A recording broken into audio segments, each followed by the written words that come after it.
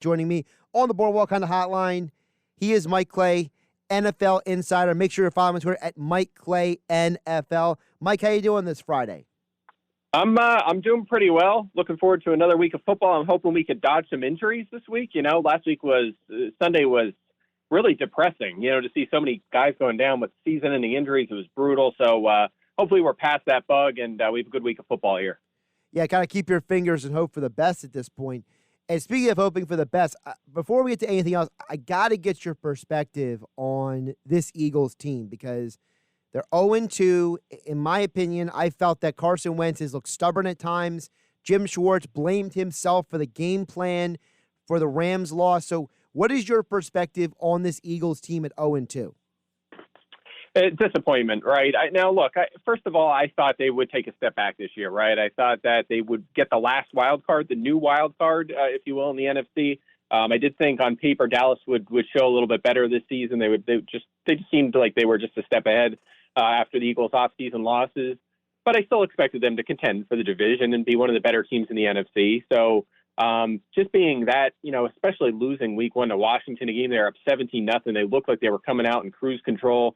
And just we're going to roll over them, and then to fall apart like that. And then, they hung in there with the Rams, who seemed to be a pretty good team for a while, kind of came back in that game. But overall, just a poor offensive display. I mean, Carson Wentz, he's thrown 7 interceptions each of the past 3 seasons exactly. He has 4 already. I mean, obviously, things are a mess there. But what I'd really like to see is, aside of health, obviously, that's been a big reason for their struggles, is finding something at wide receiver. I mean, look, I know I'm preaching to the choir here, but teams don't roll out 2 tight ends every play. And the Eagles are doing that with Dallas Goedert and Zach Ertz on 90% of their snaps. You just can't operate a functional passing game in the NFL that way. And you could say, well, look, they're both very good. And that's true. But look, Rob Gronkowski in his prime, we're talking peak Rob Gronkowski in New England. When he lined up at perimeter wide receiver, he was average. He was an average player. He was, these guys can't go up against corners and expect to produce at high levels over a long period of time. So they need development from these speed guys. I don't know if it's going to be a John Hightower or Quez Watkins at some point or Arcega Whiteside makes a leap, whatever it is. But they have to find some playmakers at that position, or it's just I just don't know if the offense will ever really reach its potential.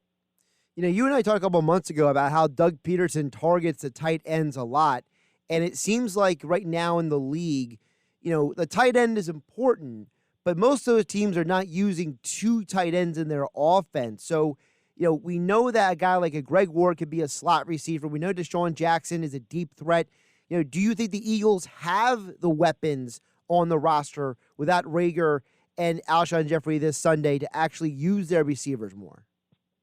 Well, they should, based on the capital they've put into that position, right? But no, you're right. I mean, look, there's a reason they're relying on those guys. I get that. I do. But that's what I'm saying. They need one of these young guys or 2 of these guys, maybe 3 of these young guys to come on, kind of make a leap and be productive. But look, the problem is for many, many years, and especially me, doing a lot of fantasy football coverage, you always see, well, okay, this team has 2 good tight ends, so they're gonna, they're just gonna have both of those guys in the field a lot. Or you hear it about the running back position. Well, they have 2 good running backs, so they'll just go with a lot of 2 running back sets and put 1 guy in the slot. Teams don't do that. Play callers don't really do that. You see it a little bit, sure, but there's a reason why 72% of the time that teams have 3+ receivers on the field when throwing the ball. Why? Because even, an average receiver is probably going to be better than a good tight end at running routes and getting separation, which is the most important component for a wide receiver other than actually being able to catch the football. There's a reason for that, So, and those guys have that ability. They've been playing wide receiver for a long time. They were recruited that way. They were drafted that way. And that's where they work out. They practice against corners and second running backs and which, again, we saw the Eagles do that down the stretch last season with Boston Scott and Miles Sanders. And second tight ends, it doesn't really allow you to maximize your pass offense. So, right now they're in a sticky situation. They kind of have to, but hopefully Alshon Jeffrey comes back healthy for them. Deshaun Jackson can hold up. Obviously, we saw him played a bit of an expanded role last week. He's actually 3rd in the NFL in air yards. I don't think people realize that. So they have been trying to get him the football. You like to see that, but they really need one of these younger guys like an Arcega Whiteside to make a leap forward so they can use that 11 package and have these guys on the field. Mike Clay joining us here on the Boardwalk on the hotline on 97.3 ESPN, on Twitter at Mike Clay NFL. Make sure you get ESPN Plus, get all of his great work behind the plus wall. Listen, it's only a couple of bucks a month, or you can do the bundle like I do and just go Hulu, Disney Plus, and ESPN Plus, and you have a good time. Mike, the 3 quarterbacks from the 2016 draft, I'm really curious your thoughts on this.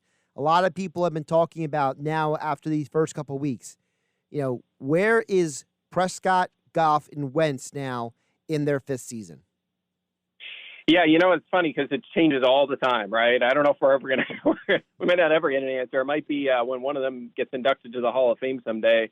Hopefully, as someone who grew up in the Pennsylvania area and grew up in Eagles fans, obviously you know who I'm hoping that is. But, man, it fluctuates constantly. Right now, I think you have to go with Dak Prescott, just the way he's come out strong this season and what he did last year. He's been tremendous. Objectively speaking, he has been the best of that bunch over the entire course of his career.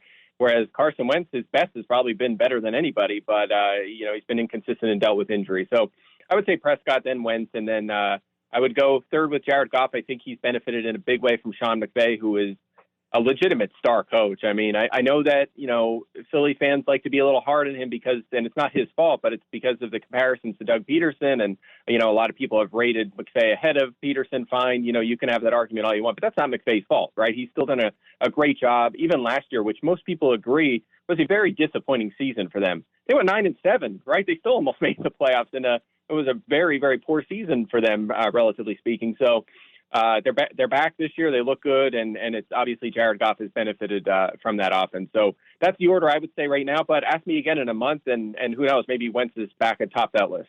That's true. Things seem to ebb and flow constantly with this league. You mentioned the situation with the Rams and last year and this year. One could argue that the NFC West may be the best division in the NFL. What is your perspective on a division that could arguably have 3 teams come out of it? Because it's not just the play of the quarterbacks. It feels like all 4 of those teams have talent, even with the 49ers having about 100 injuries. Yeah, you know what? It seemed kind of crazy in the offseason to suggest that the 49ers could be the team that goes from first to last, because that, we always talk about which team's going to go from last to first. There's always a team that goes from first to last as well. And I thought it was kind of crazy to suggest the 49ers, but right now it seems like a strong possibility. Obviously, Seattle's playing at a very high level.